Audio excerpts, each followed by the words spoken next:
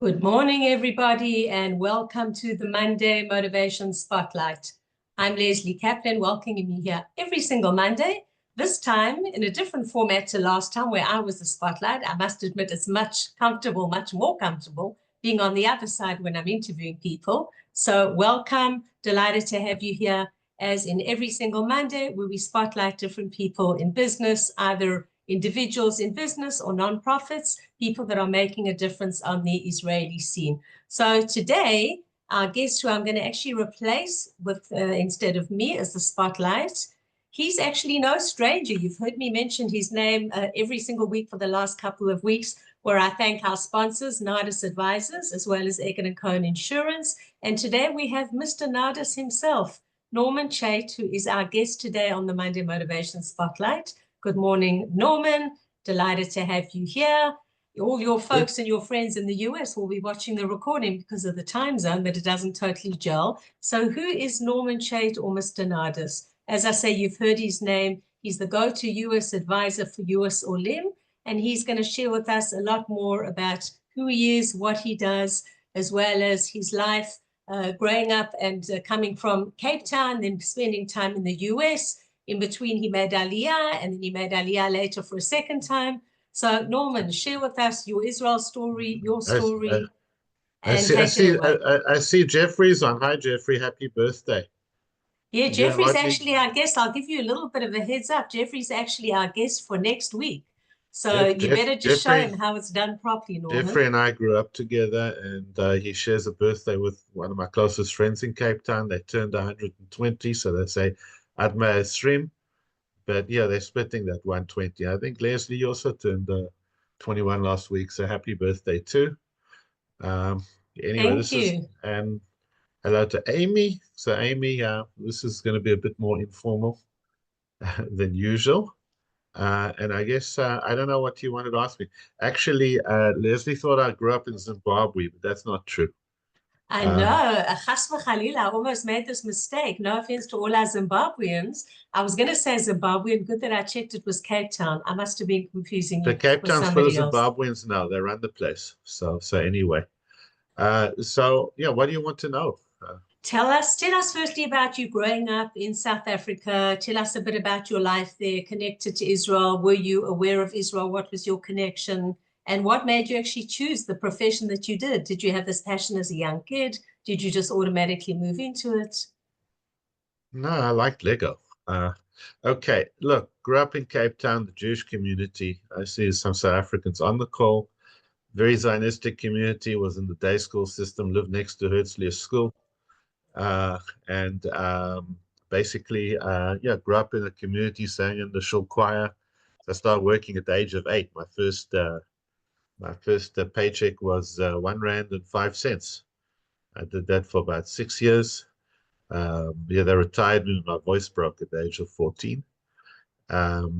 We had something in Herzliya School called Upandrom Africa. So in standard 8, which is 10th grade, came to Israel for 3 months. And then, yeah, during those years, this is 1983, you know, I'm almost 40. They had white conscription. You either went to university or you went to the army. But I got a 6-month delay from the South African army. And also they let us write the Israeli psychometric when I was in 12th grade in English at the Zionist offices in Cape Town. And I knew if I had a good psychometric, I knew if I passed Ramaheh Hebrew, I'd get into whatever I wanted to. And I got accepted to law school here. So I came after high school, you know, straight away. January 29th, 1984, came to Israel and did the Mechinat Tamdei Chutz, and then basically got into law school, and I studied law undergrad. And then once I was finished, I went to America for 4 months. I worked in a summer camp, and then I came back and went into the army. I served 5 years in the IDF as a military prosecutor, defense attorney. And then once I was over, I applied for business school in the States and got into Columbia Business School. And it was very different then. In fact, we were talking about it yesterday at the meeting. yeah, with all that's going on in Colombia now, I'll never forget walking into the entrance of the business school, and there were these small TVs on the wall, and everybody was just there with tears in their eyes. And this was when Rabin shook Arafat's hand. So I guess, yeah, they have a slightly different reaction now. But I remember that distinctly. That was 1994. So I got my MBA at Columbia, and then worked on Wall Street for 15 years in various jobs, mainly regarding investing in hedge funds and so on. Had to make the decision whether I wanted to continue to be a lawyer or work in the business side. And somebody gave me advice and said, look, unless you're rational Chinese, the big law firms are not going to hire you in New York, and you may be put in some boring division. But I've got some friends who went that route, and I decided to stay on the investment management side, which I found more interesting. And I was fortunate to see Warren Buffett speak. Got to meet a lot of very, very smart money managers, and learned a lot from them as to investment wisdom, how to invest portfolios, how to not make mistakes. Part of working with people is just to keep them out of trouble. And people do silly things sometimes. You'll be surprised. I mean, the stories pile up. Anyway, let's fast forward. You have 3 kids are born in the States. 2011, family came back to Israel, and I commuted for 5 years. And then I came back officially in 2016 after 23 years in the States. By that time, I'd built Nardis to a fair size, but realized that things were going to change because, I was spending a lot of time over here. And when I was in Israel, a lot of, firstly, Hebrew-speaking Israelis who had spent time in the States. Yeah, Ilana, I still have the South African accent. It's like, we had 3 accents in our family. We had an Israeli accent, the kids had American accents. But I can fake accents anyway. Um, so I came back here, and slowly but surely, as I understood that there was a market here for people with assets in the United States. It started mainly with Hebrew-speaking people that spent some time there, and then started getting involved with Olim.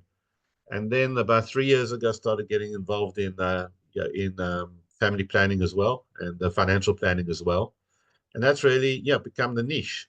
So and it's really it's really about helping people.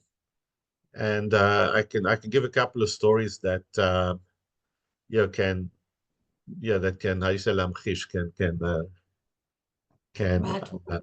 Yeah, share your stories. Tell us some stories that can explain how lamchish you help is people. to provide an example. Okay, so this one.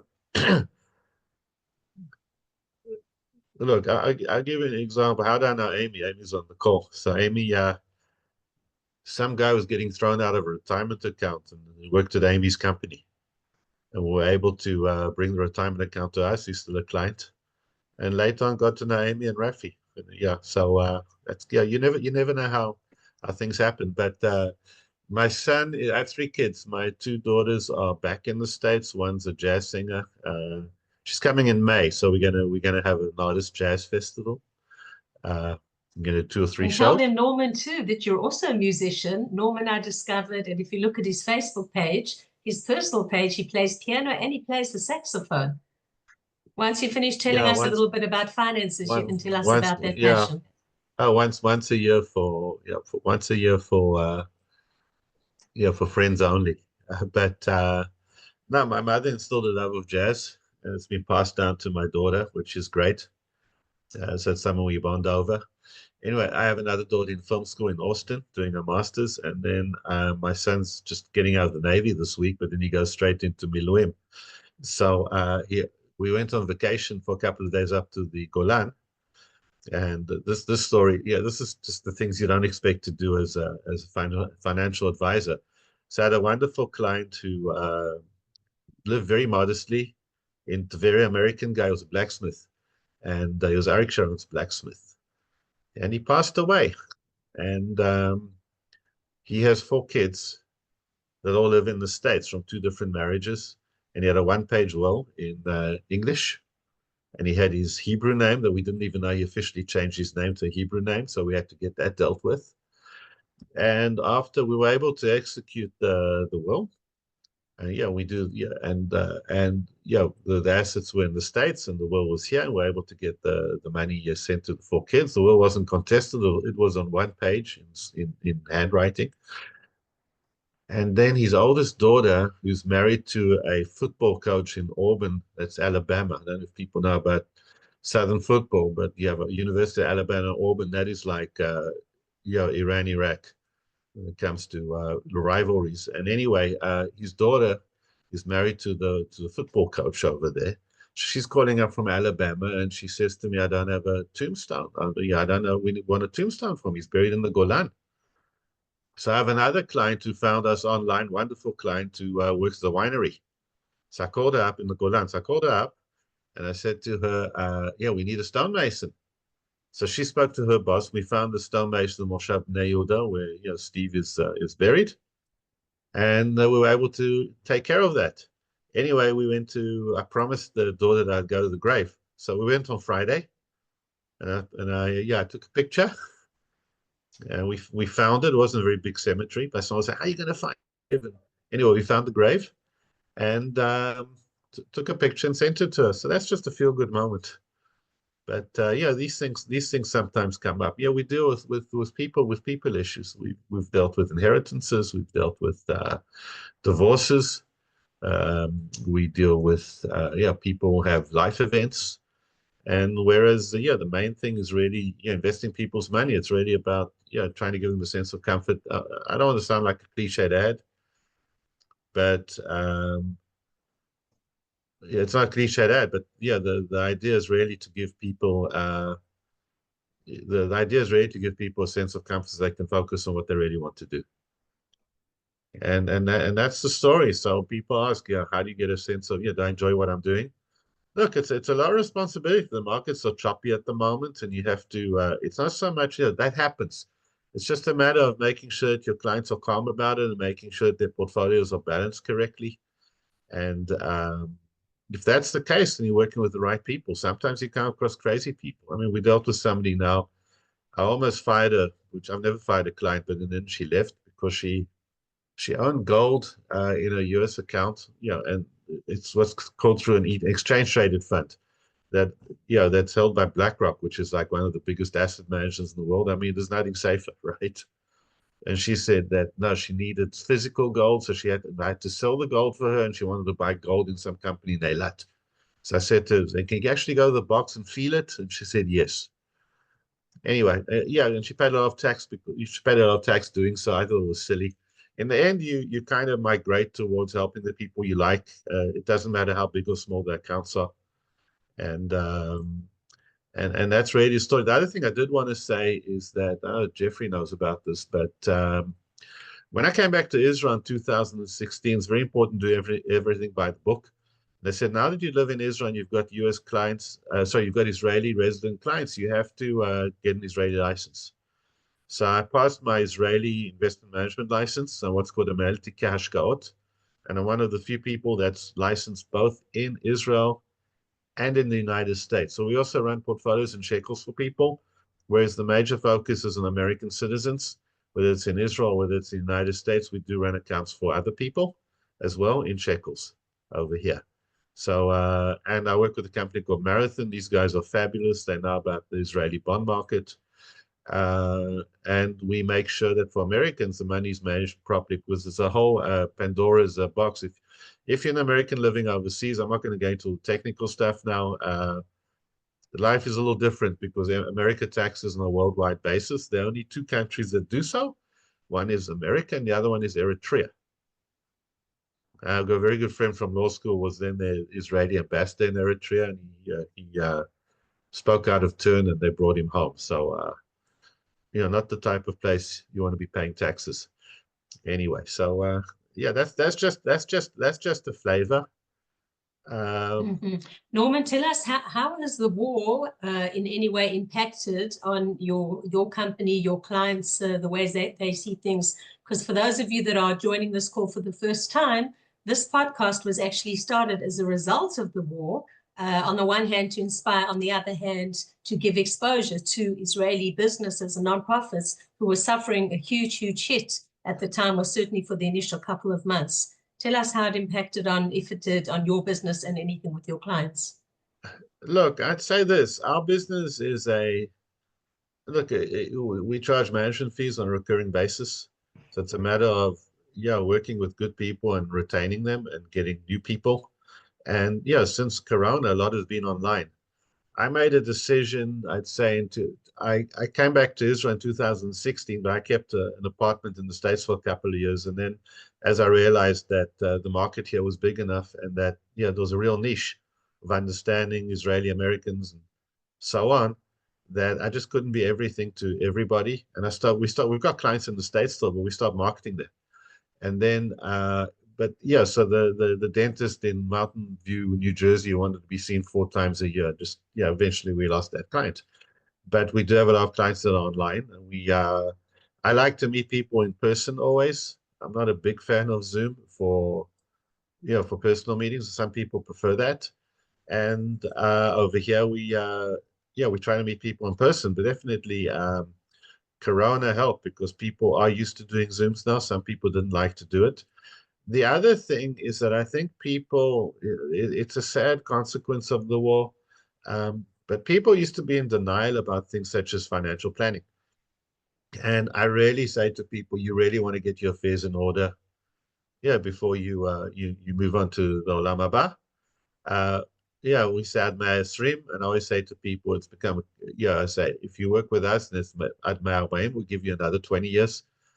But I did a seminar in Hebrew about generational transfer, especially people setting businesses.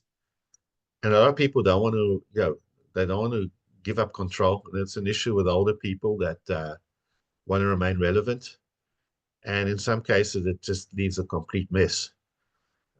If you really do want to have an Israeli will, it's very, very important, because if you don't, then the law kicks in, and the law doesn't always divide things up the way you want to, and it may cause, I think that kids, your heirs will always respect your wishes, but you do need to put them on paper. If you don't, they're not going to understand. There's been cases where your brothers and sisters have fought because of different interpretation of what they thought, because the parent didn't leave a will. So what I found is there's more readiness and more willingness for people to talk about family planning issues. In the old days, it was, I'll live forever, I don't want to deal with this, and everything's fine. But people are more willing to deal with these things. And what's very important is we work with other professionals.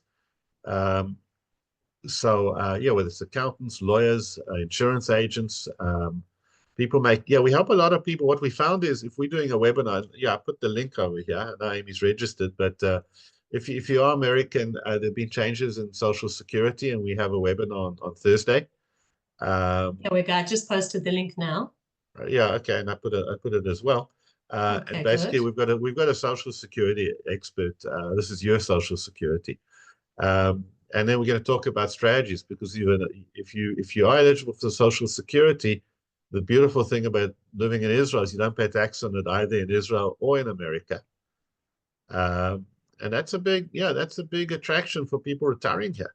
So we advertise various webinars and various topics, and then what we found in Facebook groups and like Secret Efrat and Americans in Netanya and English speakers in the 5 towns. The 5 towns are up here in Zichron. It's not, I live in Zichron Yaakov. It's not the 5 towns in Long Island. But what we found is about a third of the people are still in the States. So we help people with we call it Aliyah Finance. It's a term we made up. But we really help people sort of prioritize what they need to do before they move here, what they need to do when they arrive, and what they can do later, refer to the right professionals. It's actually pretty easy to move here if you trust the people you're working with. There are a lot of smart people over here. I was in London in February, actually went for a rugby game, still like rugby. And I went to see some American CPAs that are over there. Moving from the US to the UK is a complete minefield.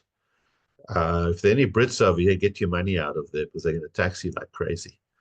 So that's that story. What else do you want to ask? How about South Africans? I mean, South Africans, just anyway, anyone that has money, they're just getting their money out is a problem, and with the exchange rate. Do you work with South Africans that are still there wanting to get out? We have a client who moved back from the States to South Africa. which is a US citizen. So we invested for her in South African bonds, but she says, I don't care about the rand, but I want the high interest rates. And then she lives off that money. She took early retirement. She's got a couple of younger kids and moved back. But yeah, we deal with people in America and or Americans who live overseas, and we deal with people here in Israel. We don't really deal with South Africans. If a South African wants to open an account in Israel, that's fine. If they want to open an account in the States, that's fine. We can deal with that. But we're not a registered South African person. We send them to one of Jeff's buddies in Cape Town. Right. Okay. But So, I don't and know. you, Go ahead. sorry, carry on.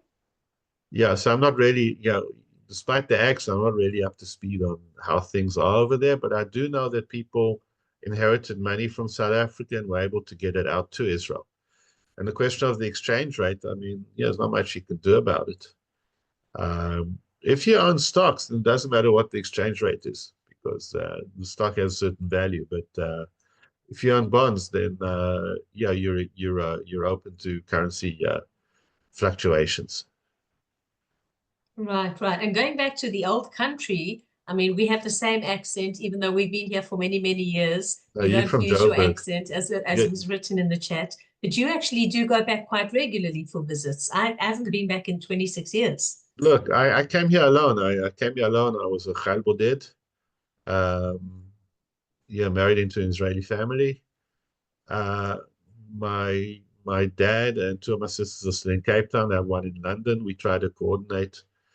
My dad still works. He's 86. He just had his birthday 2 days ago. He still works and he doesn't. And he just sold the house. He lives in Mully Point, opposite the Blue Train, if people know Cape Town. And I try to go once or twice a year. I'm going to go in July for my 40th. And I go there. I travel a lot. I really believe in working hard and playing hard. I was just going to say that's one of my slogans, and I see you definitely have the same slogan.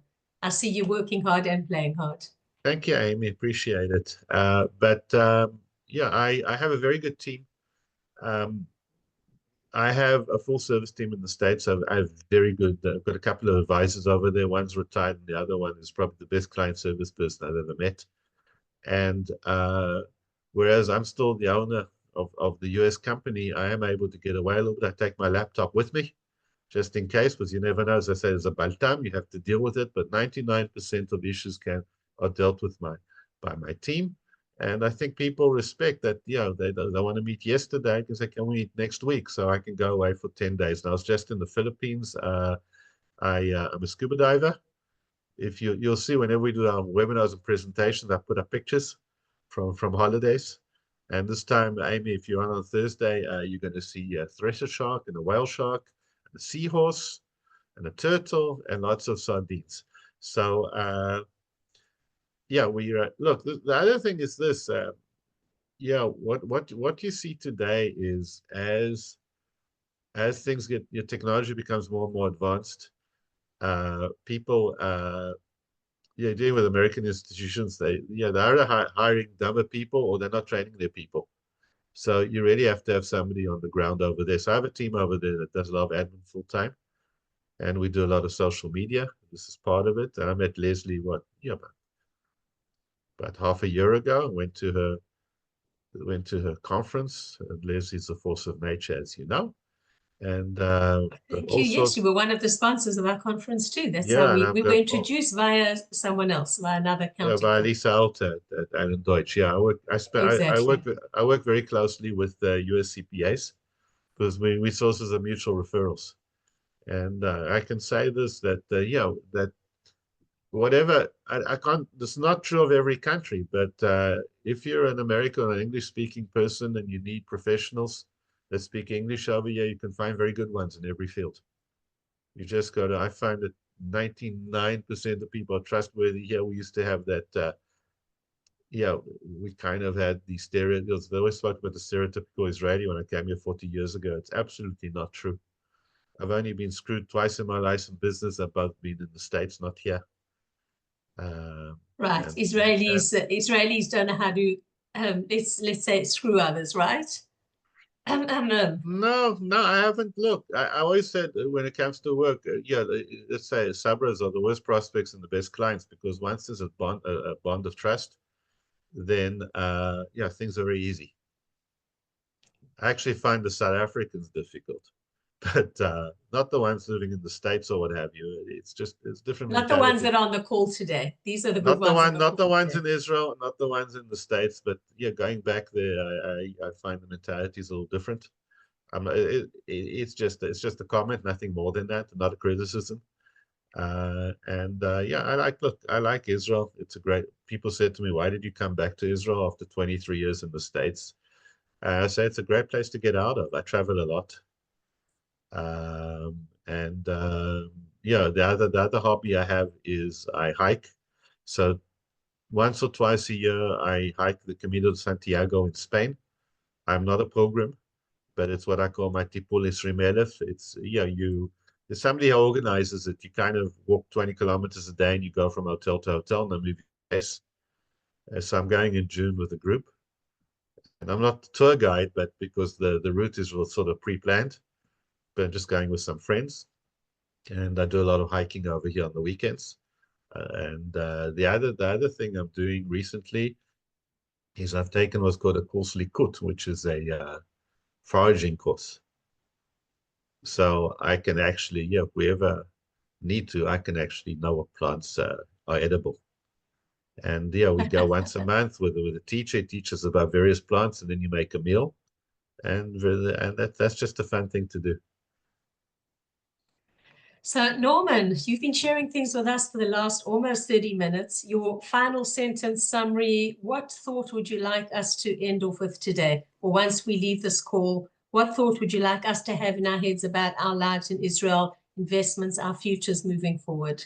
Look, I'd say work hard, play hard. And the other thing, I think it's important to have a purpose in life. I know that sounds a bit of a cliche, but so I think you have to have intermediate term goals and you need to have long-term goals. So one of them I said, yeah, I definitely want to live to see my great grandchildren. My kids are not married. So that gives me at least another 30, 35 years. I think it's also important to have an awareness of community and being in touch with friends and that sort of thing. I always read these things about longevity and what makes people click and where people happy. And I think it's very important to be social.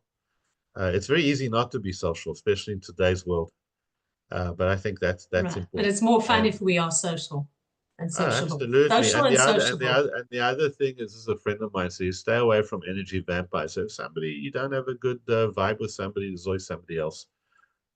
Absolutely. I always say that's one of my slogans, mixed with positive people, people that are going to pull you up and not pull you down. Well, Norman, thank you so much. I'm going to remove your spotlight. Thank you for being a guest and for letting us see on the other side who is Norman Chait, i.e. Mr. Nardis Advisors. Thank you for being our guest today on the Monday Motivation Spotlight. Thank you, as always, for your sponsorship the last couple of months, as well as to Egan & Cohn Insurance. Thank you for joining us, for those that joined live, as well as for those that are watching the recording. Am Yisrael Chai, may we have no sirens, may we have a good, safe week.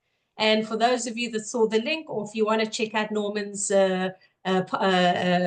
workshop that you're giving on Thursday, you can just visit his page or his company page and get into more details because this wasn't an official workshop. Thank you for joining the Monday Motivation Spotlight. I'm Lesley Kaplan. See you next week. Have a great, safe day.